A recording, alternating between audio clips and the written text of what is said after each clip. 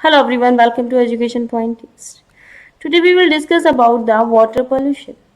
What is the water pollution? Water pollution can be defined as the addition of a harmful substances. Okay, harmful substances regularly हमारी body से भी बाहर निकलते हैं. This one is excreta, nitrogenous wastage. तो sewage के form में रोज घरों से एक्सक्रीट आउट होते हैं एंड टॉक्सिन केमिकल जो फैक्ट्री से बाहर आते हैं. स्लिट जस्ट लाइक अ सिलिका मिट्टी और ये सब. तो ये भी अगर वाटर बॉडीज़ में इन्वॉल्व हो जाते हैं बच्चों, it which spoil the quality as well as the color, order, change in our water bodies. Okay, it's unfit for a use, it's not used as a drinking water because water is a polluted. And the aquatic life जो water पे depend है वो भी decline होने लगती है due to this harmful chemicals. कहाँ से आ रहे हैं ये harmful chemicals? फैक्ट्री से आ रहे हैं. Water become odorous. Yes, odorous मतलब स्मेल प्रोड्यूस होगी वाटर के अंदर कुछ. And waters become a coloured. Water is a transparent. अगर उसमें कलर प्रेजेंट है that means harmful chemicals and harmful substances add in. And water pollutant. What is a water pollutant? जो water pollution को cause करते हैं उनको water pollutant कहते हैं. Those substances which cause the pollutant water called the water pollution. Yes, causes of water pollution. Pollutant क्या क्या है? Causes क्या क्या है? Yes, first one is a domestic and municipal wastage. Domestic wastage जो हमारे घरों से निकल रहा है, kitchen waste, human excreta, detergent, okay, food residue, and these are contain lots of microorganisms like a bacteria, fungus, protozoans. If untreated sewage transfer to a river, ये untreatment किए हुए, मैं आगे आपको बताऊंगी सीवेज ट्रीटमेंट भी होता है. ओके, तो सीवेज ट्रीटमेंट प्लांट लगे होते हैं. सबसे बड़ा प्लांट दिल्ली में है सीवेज ट्रीटमेंट का. तो सीवेज ट्रीटमेंट प्लांट भी लगे होते हैं. तो जहाँ पे सीवेज का वाटर को क्या किया जाता है बच्चों, इसमें से फ्री फ्रॉम कंटामिनेटेड पार्ट हटाए जाते हैं और रिमेनिंग वाटर को तब वाटर बॉडीज में डाला जाता है. If untreated sewage transfer to a river, ये वाटर पॉल्यूशन कॉज कर देंगे. अगर ओके बहुत जगह ऐसा किया भी जा रहा है कि अनट्रीटेड वाटर को मिला दिया जा रहा है वाटर बॉडीज में, तो वाटर पॉल्यूशन कॉज किया जा रहा है बेटा. Industrial effluence. ओके, जो इंडस्ट्री से केमिकल डिस्चार्ज हो रहे हैं, discharge of untreated harmful chemical waste and pollutant water into a river cause water pollution. ठीक है, केमिकल सब्सटेंस इंडस्ट्री से आते हैं, जैसे कि बहुत एग्जाम्पल इम्पॉर्टेंट है ये. इस पेपर इंडस्ट्री से मरकरी बाहर निकलती है. ऑयल रिफाइनरीज से भी केमिकल कंटेंट बाहर निकलते हैं. Pulp industries, soap industries, detergent industries, textile industries यानी कपड़ा बनाने वाली इंडस्ट्रीज. तो ये भी बहुत सारे टाइप के केमिकल, हैवी केमिकल्स बाहर निकालते हैं. लाइक कैडमियम, ये इंपॉर्टेंट है. कैडमियम की वजह से बेटा कौन सी डिजीज हो जाती है? This one is called itai disease. याद रखना, chemical cause cadmium is a heavy metal which one excrete out, which one the comes out in a form of effluent from the industries. Okay, they cause itai disease. Arsenic, lead and mercury paper industry से आ रही है. Arsenic, lead कपड़ा industry और other industry से भी बाहर निकलते हैं. ये हार्मफुल केमिकल टॉक्सिसिटी प्रोड्यूस करते हैं. As well as aquatic plants, बताया था आपको एक्वाटिक लाइफ डिक्लाइन होती जा रही है due to this water pollution. Surface run off just for by fertilisers and pest. ठीक है, जैसे कि फार्मर्स क्या करते हैं, फार्मर्स अपने क्रॉप यील्ड बढ़ाने के लिए फर्टिलाइजर्स यूज़ करते हैं, पेस्टिसाइड्स यूज़ करते हैं. ओके, क्रॉप यील्ड का मीनिंग बता देती हूँ. Final productivity of a crop. तो ये जो क्रॉप्स के ऊपर फर्टिलाइजर्स डाले गए हैं, ये फर्टिलाइजर्स जब बारिश आती है रेन वाटर के साथ, हैवी रेन वाटर के साथ, ये क्या होते हैं, बह के नदियों में आ जाते हैं और एक्वाटिक लाइफ को डिस्टर्ब करते हैं। इसकी ही वजह से बर्ड्स की पॉपुलेशन डिक्लाइन हुई है। हाउ, कैसे, मैं आगे बताऊंगी आपको कि कैसे इस फर्टिलाइजर्स और पेस्टिसाइड्स की वजह से ही बर्ड की पॉपुलेशन डिक्लाइन हुई है। So those chemical which are used by the farmer to increase the crop yield, these chemical run off with the rainwater from the field to water bodies such as river, pond, lakes, वहाँ तक पहुँच जाते हैं। These are produce toxicity and it's decline the aquatic life. Toxicity भी produce करते हैं, ठीक है। And next one is a leaching. Leaching क्या है बच्चों? Water with dissolving chemical from the field settle down at a bottom of the field which cause pollution in a groundwater.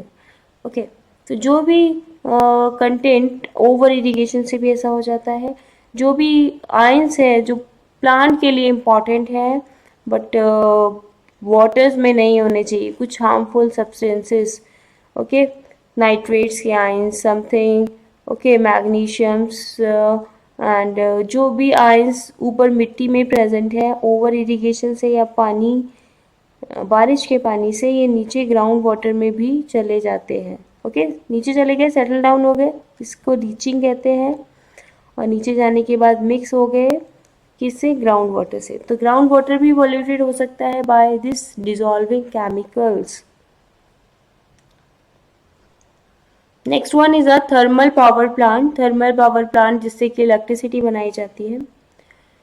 तो thermal power plant this one कैसे होता है बेटा? Discharge the hot water directly ना, hot water को water bodies में छोड़ दिया जाता है। थर्मल पावर प्लांट में क्या होता है? वाटर, ठंडा पानी डालते हैं और गर्म बाहर निकलता है। तो जो बाहर गर्म पानी निकल रहा है, हॉट वाटर निकल रहा है, वो डायरेक्टली अगर नदियों में डाल दिया जाए तो क्या होगा? टेम्परेचर डिफरेंट हो जाएगा एक्वाटिक एनिमल्स का और एक्वाटिक एनिमल्स डेड हो जाएंगे। ओके, तो ये कूल्ड वाटर है and cool water actually use किया जाता है एज अ, ताकि इस मशीनरी को कूल रखा जाए, कूलेंट की तरह, इसको कहते हैं कूलेंट। तो कूल वाटर यूज़ किया जाता है एज अ कूलेंट। तो वाटर रिप्लेस भी करते रहते हैं। तो वाटर को रिप्लेस, जैसे गाड़ियों में यूज़ किया जाता है ना वाटर कूलेंट के लिए, ओके, तो ऐसे यहाँ पे कूलेंट के लिए यूज़ किया जाता है थर्मल पावर प्लांट में। तो वाटर एक साइड से ऐड हो रहा होता है, एक साइड से वाटर, वार्म वाटर बाहर निकल रहा होता है।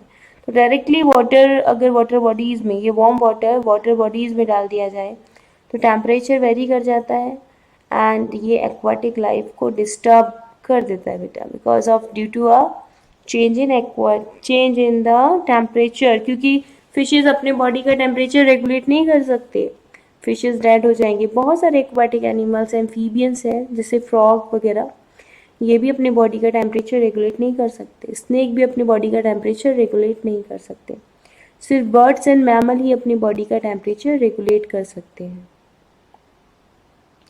Next one is a Ganga action plan. Ganga action plan is act as a 1985। Aim क्या है? To reduce pollution, yes, to reduce, okay, to reduce the pollution level, to reduce the pollution level, main M क्या है इसका कि क्यों बनाया गया था? पॉल्यूशन लेवल को रिड्यूस करने के लिए। गंगा जो थे ना, नदी जो थी बेटा, वो खराब होती जा रही थी, मेनली ना कानपुर एरिया। तब ये डिसीजन लिया गया कि कोई भी इंडस्ट्री जो है विदाउट ऐसे ही बिना किसी ट्रीटमेंट के, इसको सीवेज ट्रीटमेंट के, इसको ऐसे ही नदियों में नहीं छोड़ेगी। ओके, प्लान यही था to install a sewage treatment plant. Sewage treatment plant जो घरों से सीवेज में पानी निकल कर आ रहा है 27 सिटीज़ का, उसको पहले प्यूरीफाई किया जाएगा, ट्रीटमेंट किया जाएगा, उसके बाद नदियों में बहाया जाएगा। Ganga passing through the Kanpur in one of the most polluted segment of the river. बहुत सारी इंडस्ट्रीज है वहाँ पे। It is due to the increased industrialization and increase the population of a Kanpur.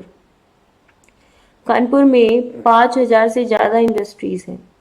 Okay, अच्छा, domestic garbage and flowers and ideals of a god and goodness, ठीक है, ये सब क्या हुआ था, डायरेक्टली गंगा में बहा दिया जा रहा था. And non degradable poly bags, polythene, coconut shell, destroy नहीं होते coconut shell, because of religious part है तो ये गंगा में बहाया जा रहा था, तो ये गंगा के पानी को पॉल्यूटेट कर रहा था.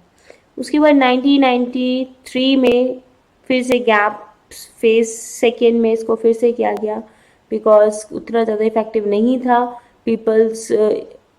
पीपल्स अवेयर नहीं हो रहे थे. पहले तो इंडस्ट्रीज के लिए था फर्स्ट वाला पार्ट, सेकेंड वाला पार्ट लोगों के लिए था, पीपल्स के लिए था. Common peoples do not get involve in a programme and keep on polluting the river. Industries तो समझ गए थे बट पीपल जो थे वो उसमें पार्टिसिपेट नहीं कर रहे थे, और ग्रेजुअली इंक्रीज फिर से भी होता जा रहा था पॉल्यूशन ऑफ अ रिवर. तब ये सेकेंड गैप प्लान लिया गया 1983. कितने साल बाद? 8 years बाद. आफ्टर द 8 years, याद रखना इस बात को. And Yamuna action plan, Yamuna action plan इस गंगा एक्शन प्लान के 4 साल बाद लिया गया 1997. In Delhi industrialisation increasing the population, Delhi में बीच से होती हुई जाती है यमुना, तो वहाँ पे क्या था कि बहुत बड़े बड़े सीवेज ट्रीटमेंट प्लांट लगाए गए ताकि यमुना के पॉल्यूटेड होने से बचाया जा सके. Yes, this much is very very important question. This is a harmful effect of the water pollution. से क्या क्या harmful effect हो जाएंगे? Algal bloom. Algal bloom क्या होता है बच्चों कि आपने काई आते हुए देखी होगी गंगा के ऊपर या फिर कोई भी नदी या वाटर बॉडीज के, नॉट रनिंग वाटर में नहीं होगा ऐसा, स्टेगनेंट वाटर में होगा सर. तो स्टेगनेंट वाटर में कई बार आपने काई आती हुई देखी होगी, तो ये क्या है? एल्गल ब्लूम है. Algal Bloom is a rapid growth of the cyanobacteria. Cyanobacteria एक ऐसा बैक्टीरिया है जो कि फोटोसिंथेसिस कर सकता है, बट अगर वाटर बॉडीज के ऊपर आ जाएगा तो वहाँ से ऑक्सीजन ग्रैब करता है, क्योंकि ये भी रेस्पिरेशन करते हैं ना, तो ऑक्सीजन ऊपर इन्वायरमेंट से पहुँच नहीं पाएगी. एक्वाटिक लाइफ को देखो कवर कर लिया ना पूरा, तो ऊपर इन्वायरमेंट से ऑक्सीजन मिल नहीं पा रही है और पानी की ऑक्सीजन एल्गल ब्लूम ले रहा है, तो एक्वाटिक एनिमल्स की डेथ होने लगती है due to the lack of oxygen अगर एल्गल ब्लूम वहाँ पर आ जाएगा तो. Okay, now it's the rapid growth of the cyanobacteria. Okay, cyanobacteria को बच्चों ब्लू ग्रीन एल्गे भी कहते हैं.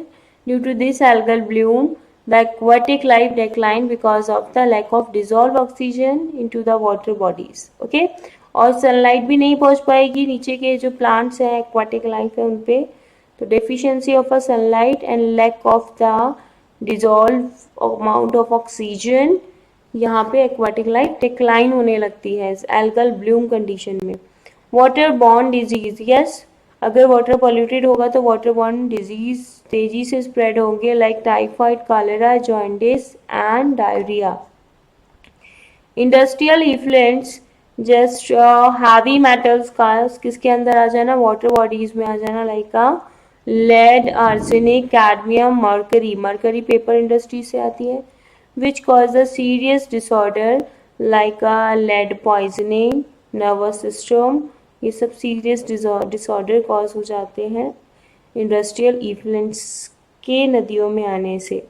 If the polluted water transfer to a field is cause change to a soil growth and worms. Yes, अगर ये polluted water सीधा directly field में बहा दिया जाए तो क्या करता है?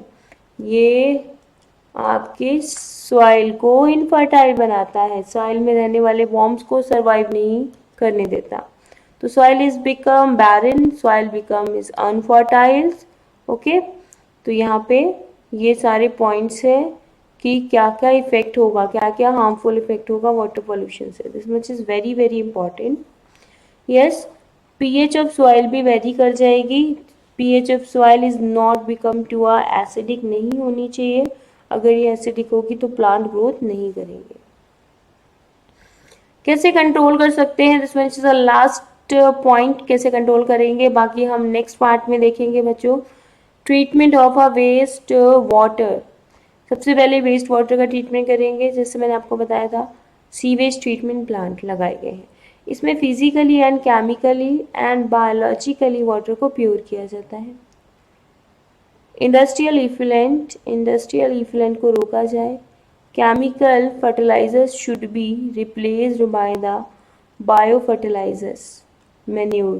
केमिकल फर्टिलाइजर्स को क्या किया जा सकता है, केमिकल फर्टिलाइजर्स का यूज़ ना करके बायो फर्टिलाइजर्स का यूज़ करें, ताकि ये जो रेन आएगी तब ये केमिकल्स डायरेक्टली हमारे वाटर बॉडीज़ में नहीं पहुँचे। Washing of our clothes should be prohibited in a river.